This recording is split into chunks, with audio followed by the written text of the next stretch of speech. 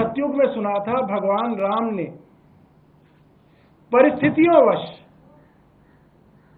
राजगद्दी का त्याग किया था और 14 साल के वनवास पे चले गए थे। अरविंद केजरीवाल राम नहीं है, राम तो भगवान थे। भगवान राम के भक्त हनुमान और हनुमान के भक्त अरविंद केजरीवाल जी हैं। वो तो राम से तुलना नहीं की जा सकती।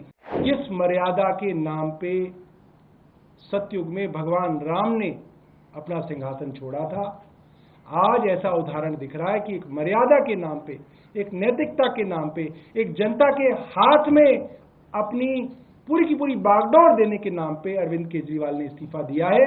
अरविंद केजरीवाल जी ने कहा है, जनता वापस बिठाएगी तो इस कुर्सी पे बैठूंगा, वरना इस कुर्सी पे नहीं बैठूंगा। आज लोगों के मन में बहुत नाराजगी है कि एक ईमानदार आदमी के पीछे पूरी की पूरी केंद्र सरकार पड़ गई और उस बेचारे को जेल तक लेके गए।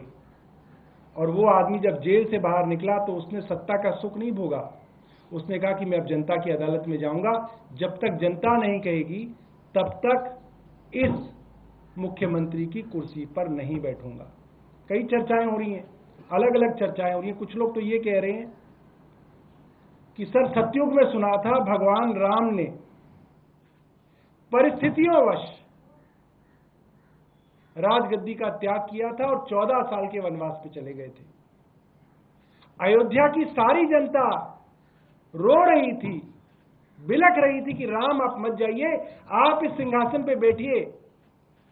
मगर मर्यादा के कारण, परिस्थितियों के कारण राम उस सिंहासन को छोड़ के चले गए और 14 साल के वनवास पे रहे।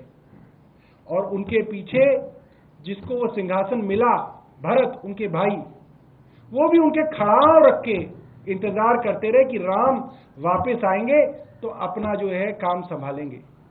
अरविंद केजरीवाल राम नहीं है, राम तो भगवान थे। भगवान राम के भक्त हनुमान और हनुमान के भक्त अरविंद केजरीवाल जी हैं। वो तो राम से तुलना नहीं की जा सकती। मगर जिस मर्यादा के नाम पे सतयुग में भगवान राम ने अपना सिंहासन छोड़ा था, आज ऐसा उदाहरण दिख रहा है कि एक मर्यादा के नाम पे, एक नैतिकता के नाम पे, एक जनता के हाथ में अपनी पूरी की पूरी बागडोर देने के नाम पे अरविंद केजरीवाल ने इस्तीफा दिया है।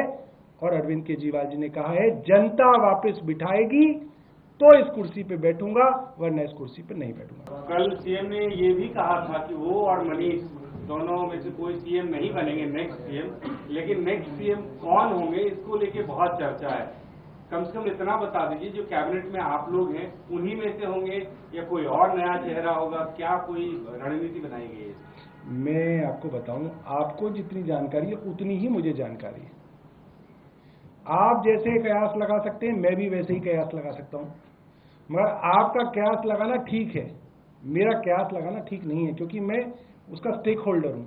इसलिए जो है अभी तक मैं आपको ये बता सकता हूं कि इसके ऊपर कोई चर्चा नहीं है। जैसे ही चर्चा होगी सबसे पहले आप ही को बताना। और कहां बताएंगे बताओ? आप ही को तो बताएंगे, तभी तो आप लोगों को तो बताएंगे।